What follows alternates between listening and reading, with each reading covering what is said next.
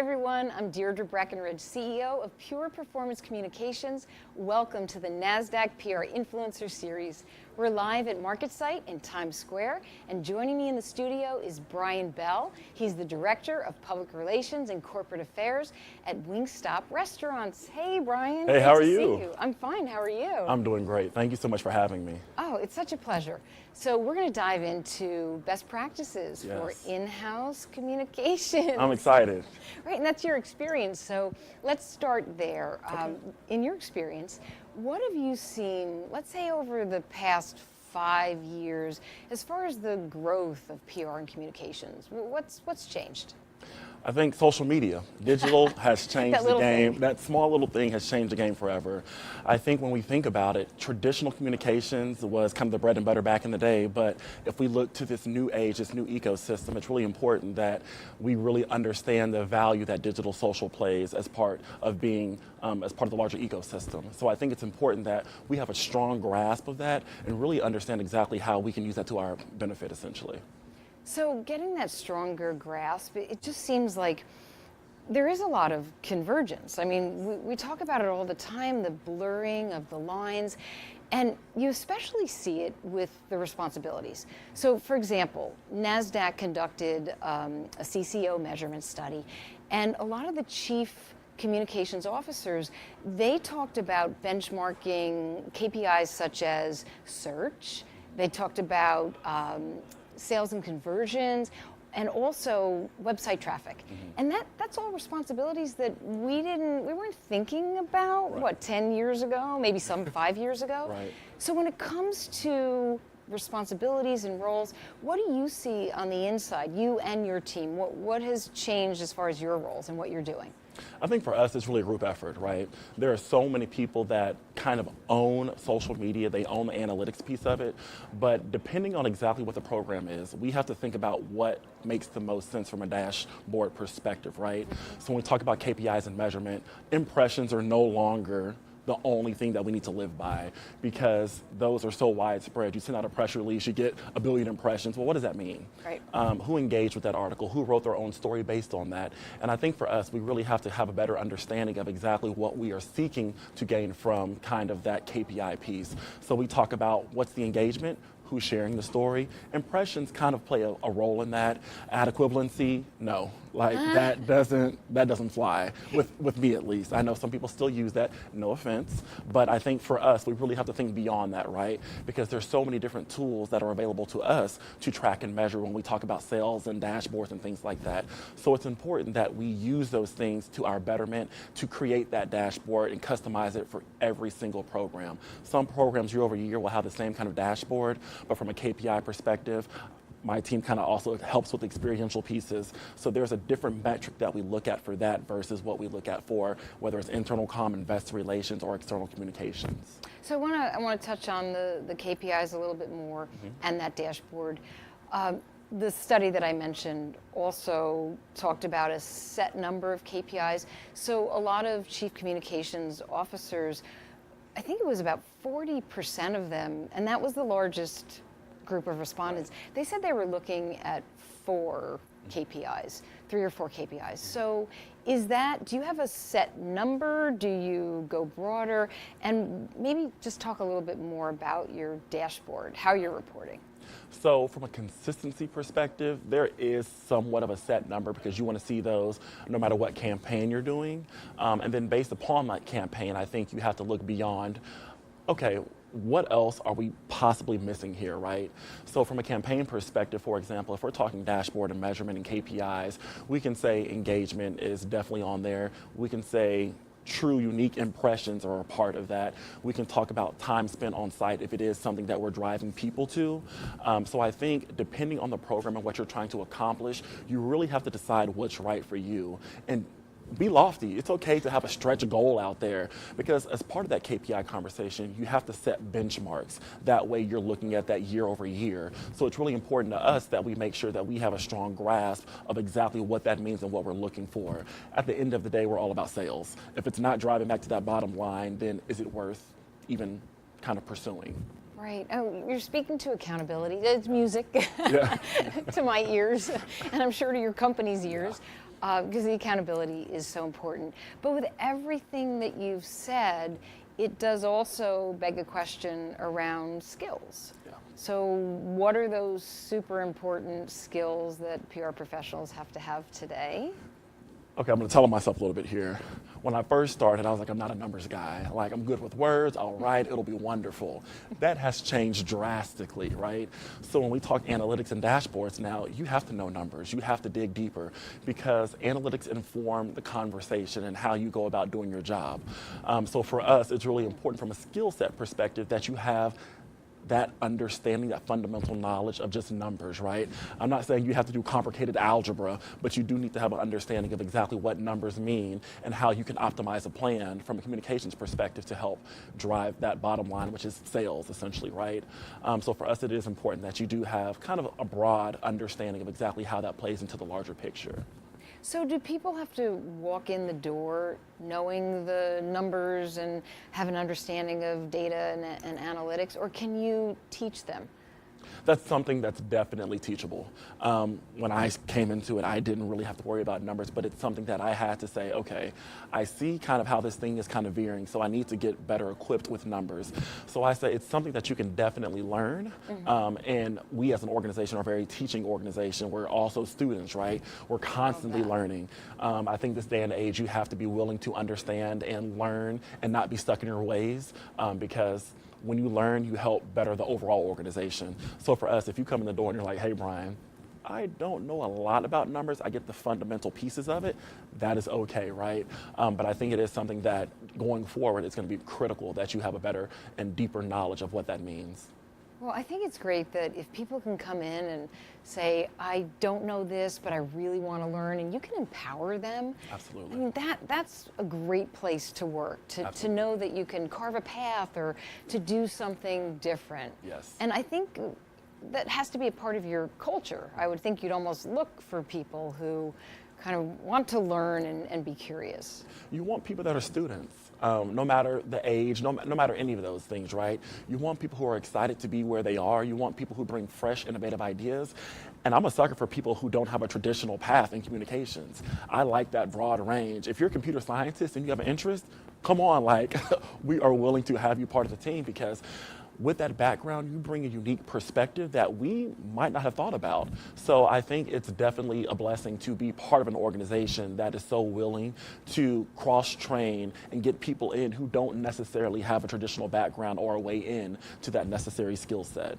Sounds like they just need the passion. Yeah, that's all you need. Right? You just need passion. So taking all the great skills and harnessing it, what are you doing at Wingstop restaurants that sort of takes advantage of social media and technology and innovation? Anything you want to share?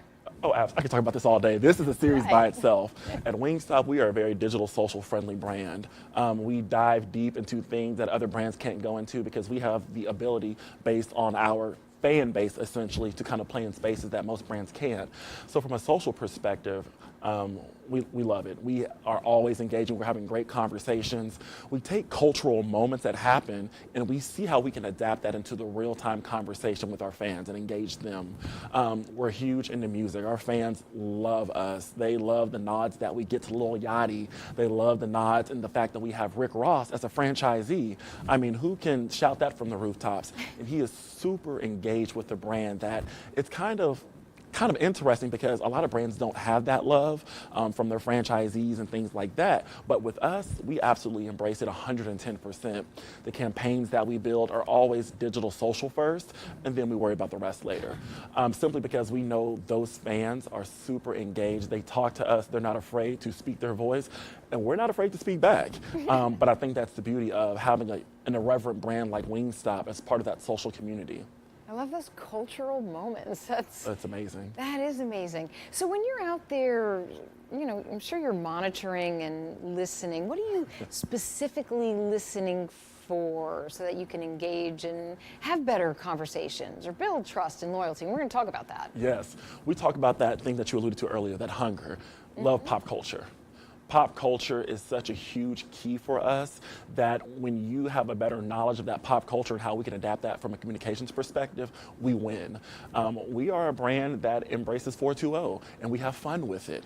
And it's not a safe place by any means, but when done right, the community rallies around you and they come to your defense and they help you. And so when we engage in that, people give us so much credit. They pat us on the back and say, Wingstop, you get it. And that's what we love about it, because if you think about our target base and our consumer base, that's the sweet spot for us. So doing those things and continuing to do those things and evolving those things year over year in every campaign that we do really has seemed to work for us very well.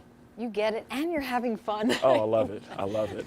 Best practices and have a good time too. Absolutely. So what about building relationships? So, social and digital first. Has it made it more difficult or easier to build relationships? What do you think? It's a double-edged sword.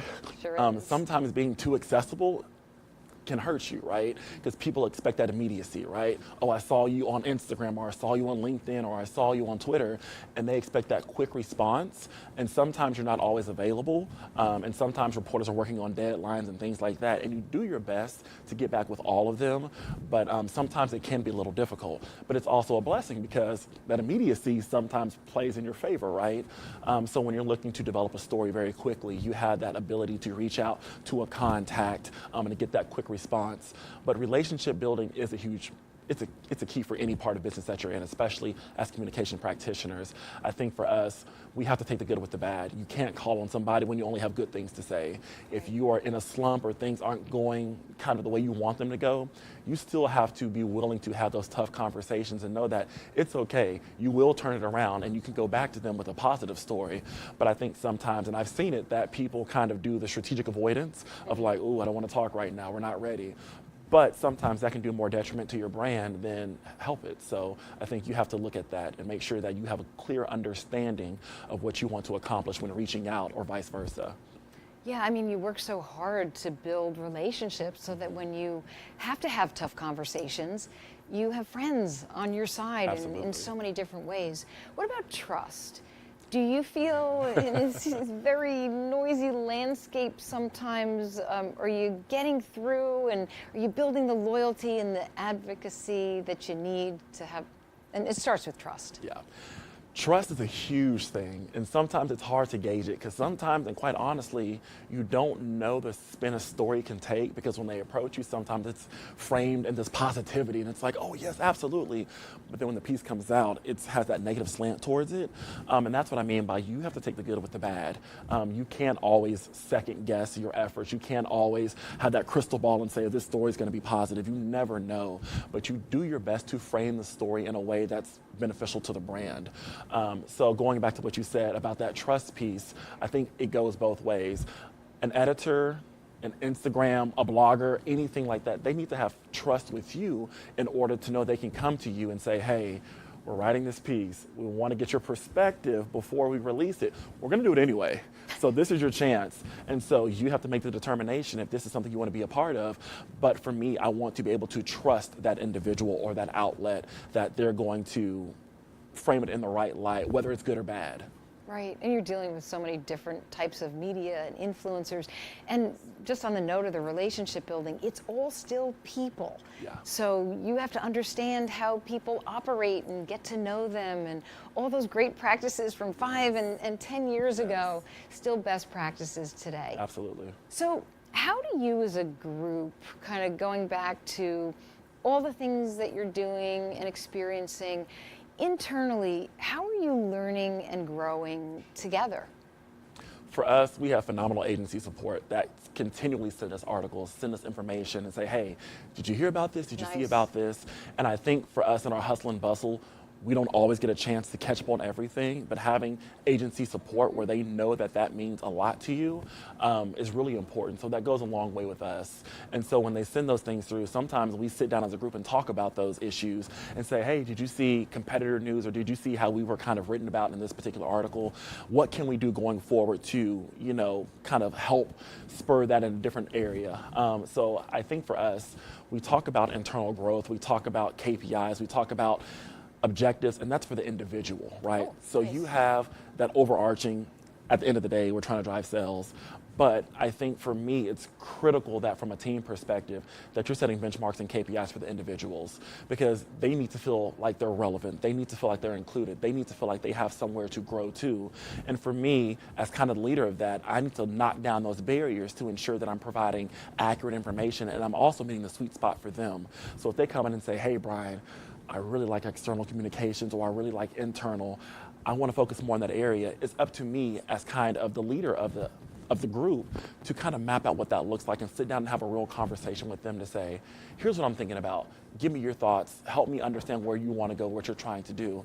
Because I don't want those people to leave. They're phenomenal. I want them to stay, but I also want to provide a path for them to grow. And I think that's just as important if anything else. Oh, it's super important. Two things. First is, I love that you put your agency in such a positive light.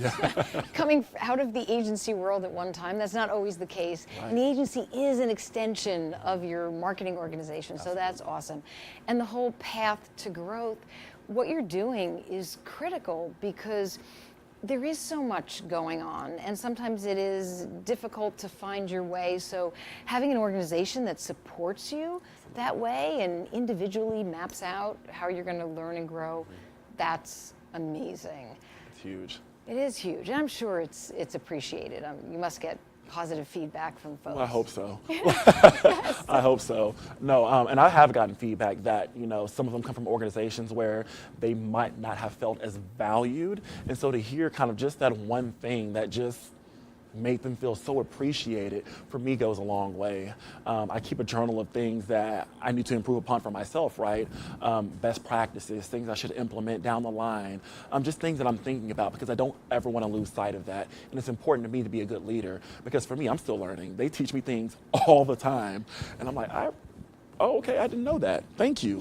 And so it's a two-way street, right? We're learning from one another, but we're having fun while we do it. Well, you just touched on reverse mentoring. I talk about it all the time. It's the best thing possible. It doesn't matter how many years you are in your profession. You can be a leader of 30 years, but you're going to be sitting with an individual, and if you really sit there and listen, they're going to be sharing some very important information, and that's where we all learn and grow. And Yes, sounds like, Brian, you're in the forever student club. I have to stay there. I'm never trying to leave it. Never trying to graduate. Don't ever leave there. Maybe you can just give some advice. What do you want to say to PR and communications professionals to get out of the traditional box and to wear your best practices hat? What do you want to say to them? I mean, you hit the nail on the head. The traditional box that we think of public relations, the block and tackle stuff. Oh, a satellite media tour. Oh, a press release. Let's do some talking points. Leave that behind. That is certainly something that you need to have a working knowledge of. But the way this industry is moving and the rate in which it's moving, it's important that you expand that skill set. So go learn Final Cut Pro, do some Adobe Suite. It's fine that you're great at the Microsoft Office suite. That's great. But I think you need to expand beyond that, right? Because when, again, we talk about kind of the team and what we all handle, so I have a little bit of IR, I have internal communications, I have external communications, and then we talk about the experiential events, that kind of stuff. So you need to have a working knowledge of all these different things that make those areas great. So go beyond the norm and figure out ways where you can reinvent yourself, if you will, if you're a professional who's been in the game for a while. And if you're coming out of school, I recommend agency experience. Get that experience, because you learn really quickly what you love and what you don't. So I think that is kind of my advice to those who seek a career kind of in the communications realm. I think that's great advice. Always expanding. Always. Definitely. Well, Brian, it was such a pleasure. Thank you so much. Having you in the studio. Thank you very much for all your insights. Thank you. And I want to thank all of you for tuning in to the Nasdaq PR Influencer Series. I'm Deirdre Breakenridge signing off for now, but stay tuned for more from Nasdaq.